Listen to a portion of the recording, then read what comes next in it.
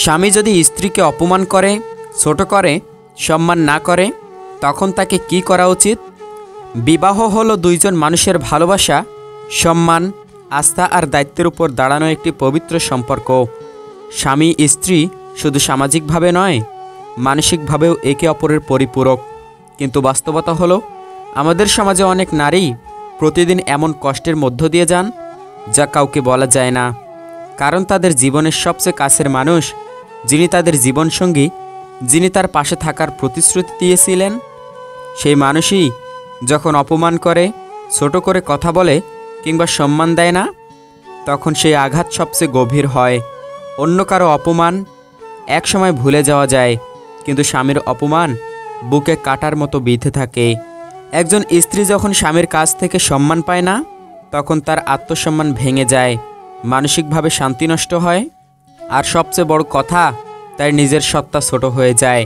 অথচ ইসলাম, নৈতিকতা, সমাজ সব জায়গাতেই স্পষ্টভাবে বলা হয়েছে, স্ত্রীকে সম্মান করা শুধু দায়িত্ব নয়, বরং এটি ভালোবাসার সবচেয়ে গুরুত্বপূর্ণ প্রকাশ। অনেক স্বামী হয়তো বুঝতে পারেন না, তারা কথার মধ্যে, আচরণের মধ্যে কিংবা উপহাস করার মাধ্যমে স্ত্রীকে কতটা আঘাত করছেন।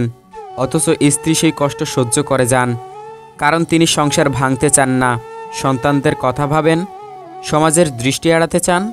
কিন্তু প্রশ্ন হলো, স্ত্রী কি সব কিছু চুপচাপ সহ্য করবে? না, কখনোই না। একজন নারীকে তার সম্মান রক্ষা করার অধিকার ইসলাম দিয়েছে, মানবতাও দিয়েছে, এমনকি প্রতিটি সুস্থ চিন্তাভাবনার মানুষও এই বিষয়টি মেনে নেয়। আজকের এই ভিডিওতে আমরা বিস্তারিত আলোচনা করব, যদি স্বামী স্ত্রীর সাথে খারাপ ব্যবহার করে, অপমান কিংবা ছোট করে, তখন একজন স্ত্রীর করণীয় কী হওয়া উচিত। এখানে আমরা 4টি মূল দিক নিয়ে কথা বলবো। প্রতিটি দিক বিস্তারিতভাবে বুঝিয়ে দেব, যাতে আপনারা নিজেদের জীবনের বাস্তবতার সাথে মিল খুঁজে পান এবং সঠিক পদক্ষেপ নিতে পারেন। নাম্বার 1, নিজেকে দুর্বল ভাববেন না, আত্মসম্মানকে প্রাধান্য দিন। সবচেয়ে বড় সমস্যা হলো, যখন স্বামী অপমান করে, তখন বেশিরভাগ স্ত্রী মনে করেন এটাই হয়তো তার ভাগ্যে তাদের দুর্বল অবস্থান। এই চিন্তাভাবনাই একজন নারীকে ভেতর থেকে ভেঙে দেয়। কিন্তু মনে রাখতে হবে, একজন স্ত্রীর আত্মসম্মান ঠিক ততটাই মূল্যবান যতটা একজন স্বামীর। সংসার টিকে থাকে দুজনের সমান সম্মানের উপর, এক পক্ষের ছোট করার উপর নয়। যদি স্বামী আপনাকে ছোট করে, উপেক্ষা করে বা খারাপভাবে কথা বলে, তাহলে প্রথমেই নিজের মনে দৃঢ়তা আনুন যে আমি দুর্বল নই, আমি সম্মানের যোগ্য। আত্মসম্মান কখনো কারো দান নয়, এটি একজন মানুষের মৌলিক অধিকার। তাই চুপচাপ সব সহ্য করার নাম ধৈর্য নয়, বরং ধৈর্যের অর্থ হলো নিজেকে ভেঙে না ফেলে সঠিক পথে দাঁড়িয়ে থাকা। অনেক নারী ভয়ে বা লজ্জায় প্রতিবাদ করেন না। তারা মনে করেন প্রতিবাদ করলে সংসার ভেঙে যাবে অথবা স্বামী আরও রেগে যাবে। কিন্তু প্রতিবাদ মানে ঝগড়া নয়, প্রতিবাদ মানে হলো স্পষ্টভাবে জানানো, আমি এই আচরণ মেনে নিচ্ছি না। একজন স্ত্রীর উচিত ধীরে, শান্তভাবে কিন্তু দৃঢ় কণ্ঠে স্বামীকে বলা, আমি তোমার স্ত্রী, তোমার সঙ্গী, আমাকে অপমান করার অধিকার তোমার নেই। এখানে মূল শিক্ষা হলো, নিজেকে কখনো দুর্বল ভাববেন না, কারণ যদি স্ত্রী সবসময় দুর্বল ভেবে নেয়, তাহলে স্বামী সেই সুযোগকে অভ্যাসে পরিণত করে ফেলবে। আর একবার অভ্যাসে পরিণত হলে অপমান বন্ধ করা অনেক কঠিন হয়ে যাবে। নাম্বার 2, স্বামীর সাথে খোলামেলা আলাপ করুন।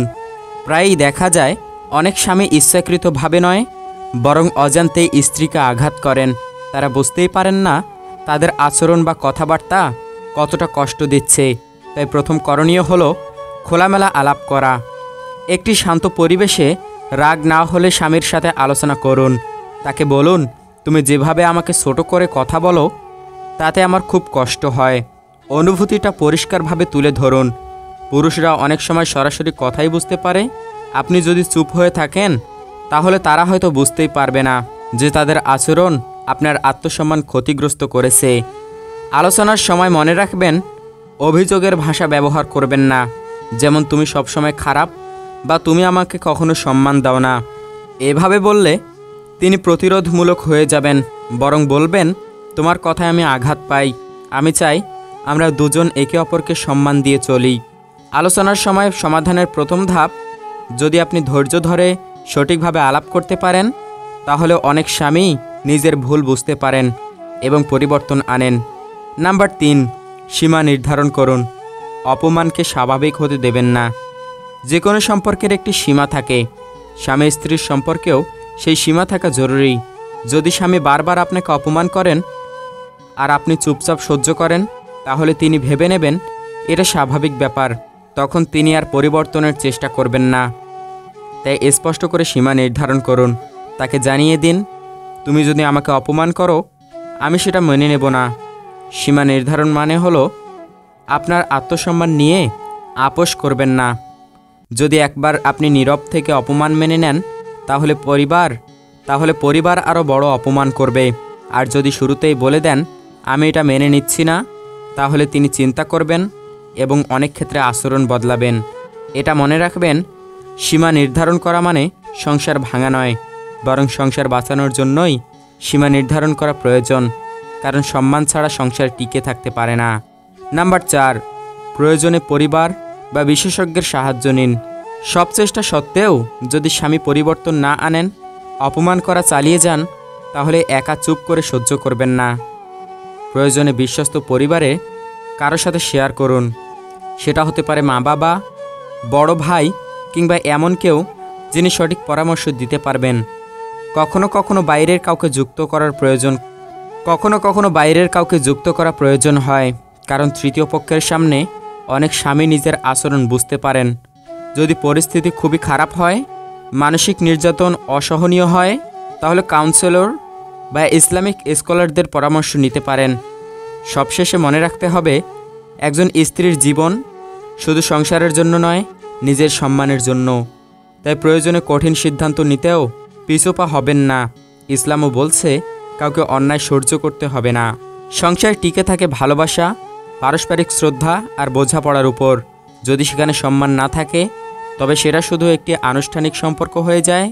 একজন নারী সারা জীবন চেষ্টা করতে পারেন সংসার টিকিয়ে রাখতে, সন্তানকে সুন্দর জীবন দিতে, কিন্তু যদি তিনি প্রতিদিন নিজেই অপমানের শিকার হন, তবে সেই সংসার কখনোই সুখের হতে পারবে না। আজ আমরা 4টি গুরুত্বপূর্ণ দিক নিয়ে আলোচনা করেছি। নিজেকে দুর্বল না ভাবা, খোলামেলা আলাপ করা, সীমা নির্ধারণ করা এবং প্রয়োজনে পরিবার বা বিশেষজ্ঞের সাহায্য নেওয়া। প্রতিটি দিকই এক একটি ধাপ। হয়তো প্রথমেই সব কিছু বদলে যাবে না, কিন্তু আপনি যদি সঠিকভাবে এগোতে থাকেন, তাহলে পরিবর্তন আসবেই। সবচেয়ে বড় কথা আপনাকে বুঝতে হবে, আপনার আত্মসম্মান সবচেয়ে গুরুত্বপূর্ণ। আপনি যদি নিজেকে ছোট করে ভাবেন, তাহলে কেউ আপনাকে বড় করে দেখবে না। তাই নিজের সম্মান রক্ষা করুন, সঠিক পথে দাঁড়ান এবং চেষ্টা করুন স্বামীকে বোঝাতে। যদি সে বোঝে, সেটাই সেরা সমাধান। আর যদি না বোঝে, তবে চুপ করে সহ্য করার চেয়ে সঠিক সিদ্ধান্ত নেওয়াই উত্তম। মনে রাখবেন, একজন নারীর শক্তি হলো তার ধৈর্য, কিন্তু সেই ধৈর্য কখনোই আত্মসম্মান বিসর্জন দেওয়ার জন্য নয়, বরং ধৈর্যের মানে হলো সঠিক সময়ে সঠিক সিদ্ধান্ত নেওয়া।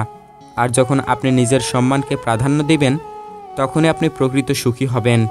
প্রিয় দর্শক, ভিডিওটি যদি ভালো লেগে থাকে, তাহলে অবশ্যই একটি লাইক দিন।